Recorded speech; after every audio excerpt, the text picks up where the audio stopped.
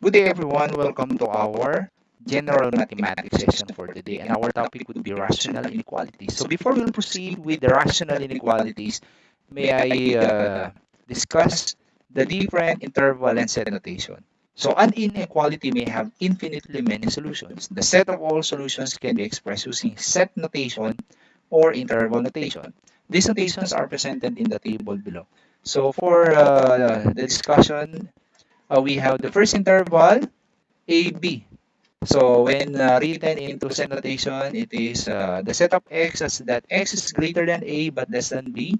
Looking at the graph, so point A and B are open circle or unshaded circle, and the interval is between points A and B. Okay?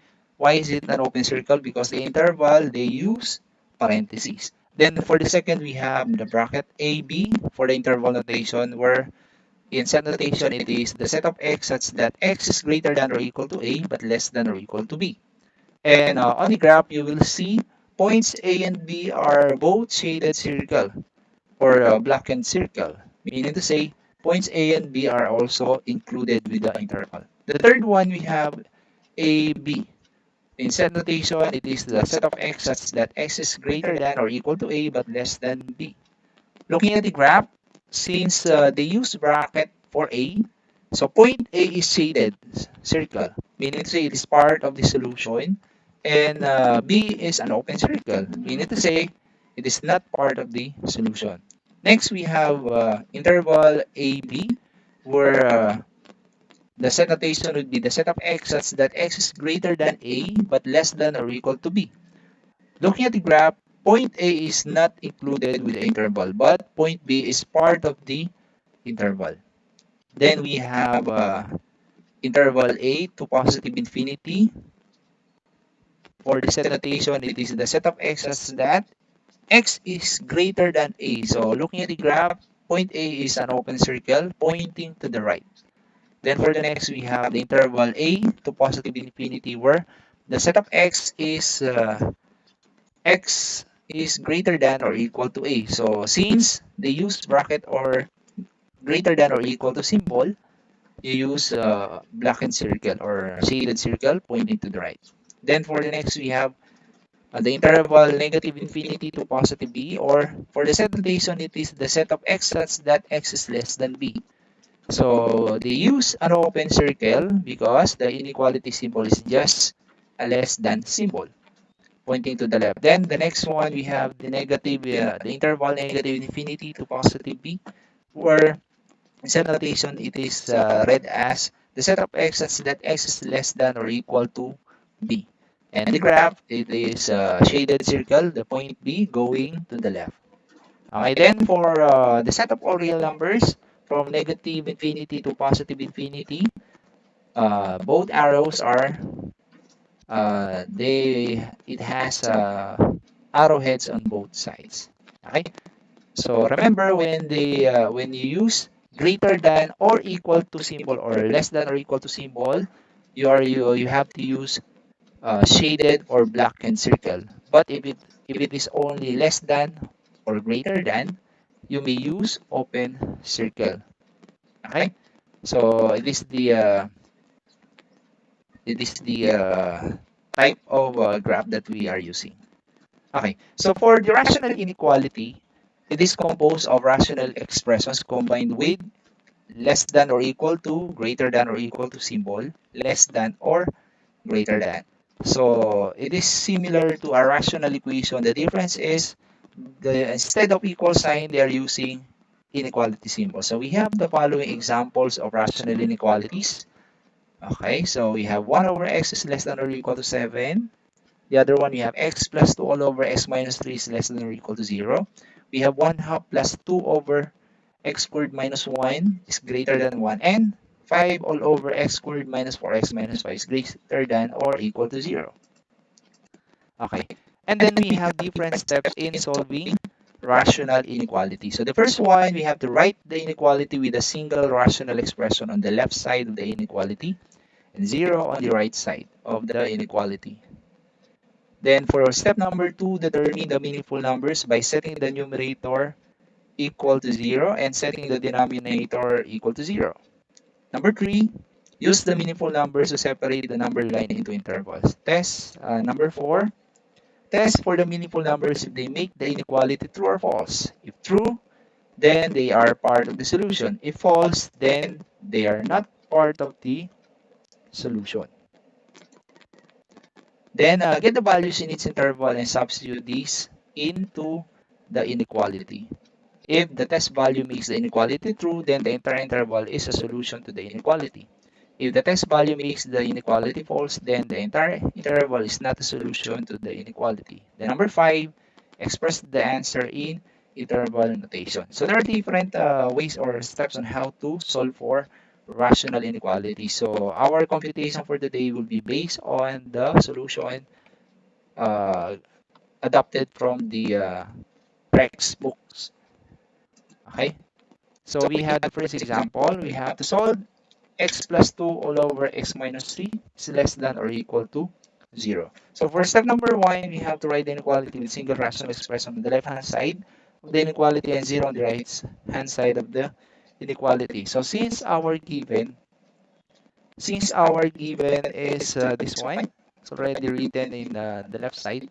So for step number 1, you have to write x plus 2 all over x minus 3, x minus 3 is less than or equal to 0. Okay?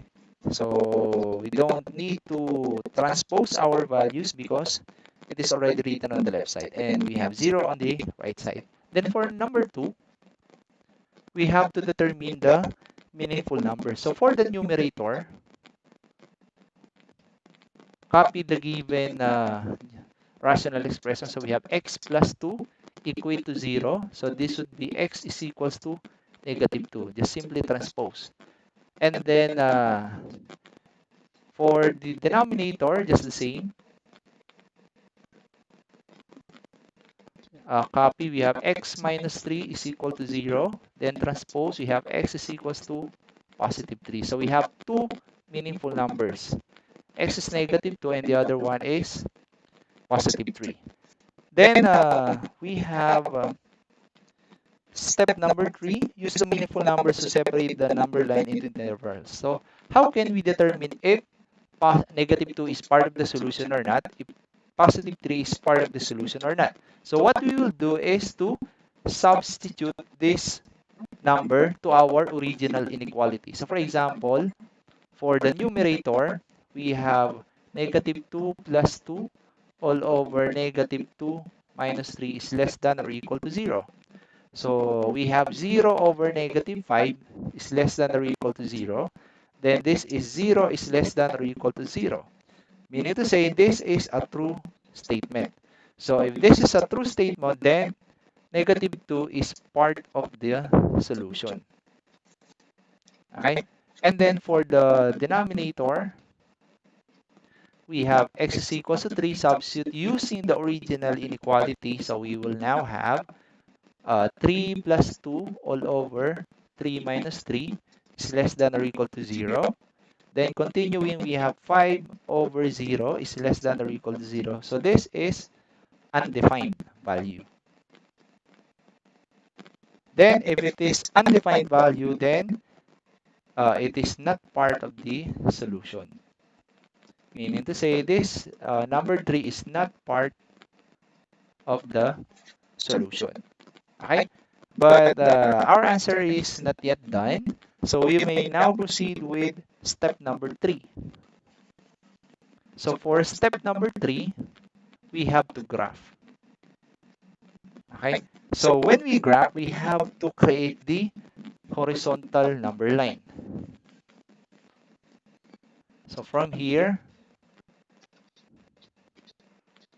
for example, this is 0, this is positive 1, positive 2, positive 3, then this is negative 1, this is negative 2, and negative 3. Okay? So, based on our computation, or our step number 2, negative 2 is part of the solution. So negative 2 is part of the solution. So we may use a shaded circle. Okay?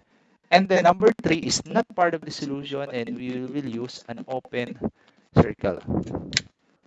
Okay? And then we may now put a temporary or imaginary line here and this one. And we may now have 3 intervals. So this is interval A, this is interval B, and this is interval C. Okay? So based on our graph, we have 3 intervals A, B, and C. So our question now is this part included to the inequality? Or part B is included or part C is included? So what we will do now is to get or to test the values for A, B, and C. Okay? So we are now on step number 4. Okay? So for step number 4, we will test values, no? So I may write test values. Okay, so for test values, for example, for interval A. So when we say interval A, you will select a value within the interval here from A. So we may use negative 3, negative 4, or negative 5, except for negative 2, because negative 2 is one of the meaningful numbers. So from here, for example, for A, we may use, we may test negative 3. Okay? So we will use the original inequality. So for example, you have x plus 3 all over, oh no, sorry. So for example, if you have x plus 2 over x minus 3 is less than or equal to 0. Okay? So we may substitute the value. We have negative 3 plus 2 all over negative 3 minus 3 is less than or equal to 0. So we have negative 1 over negative 6 is less than or equal to 0. So we have 1 over 6 is less than or equal to 0.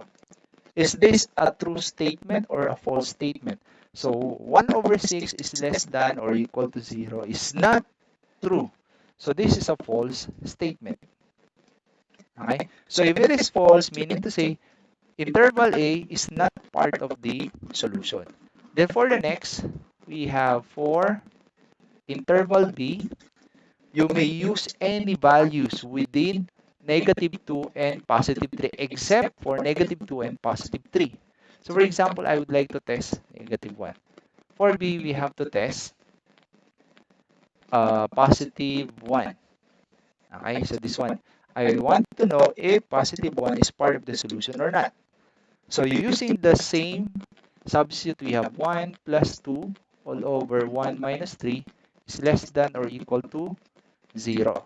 So we have 3 over negative 2 is less than or equal to 0.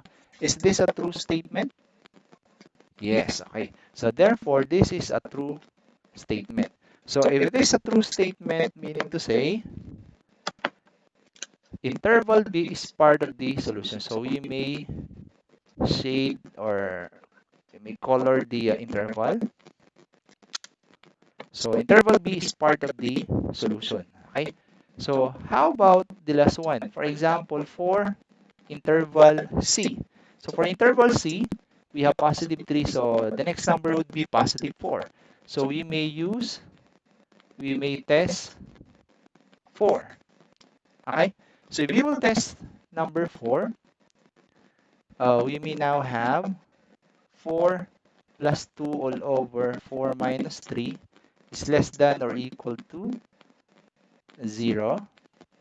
And then we may now have 6 over 1 is less than or equal to 0. So 6 is less than or equal to 0. This is a false statement. Okay? So if this is a false statement, meaning to say interval C is not part of the solution. Okay? So, any question with this one? Okay. So, what would be our final answer?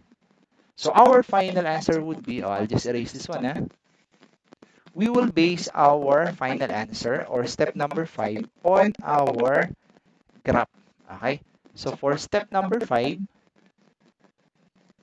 based on our drawing or based on our graph, the interval would be, what would be the interval? So, the interval would be, from here we have -2 to +3. Okay? So we may use bracket if we have a shaded circle, a parenthesis if we have an open circle.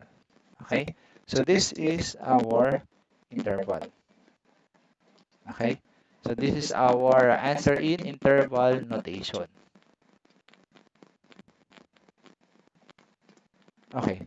So, sir, how will you write this interval notation into set notation?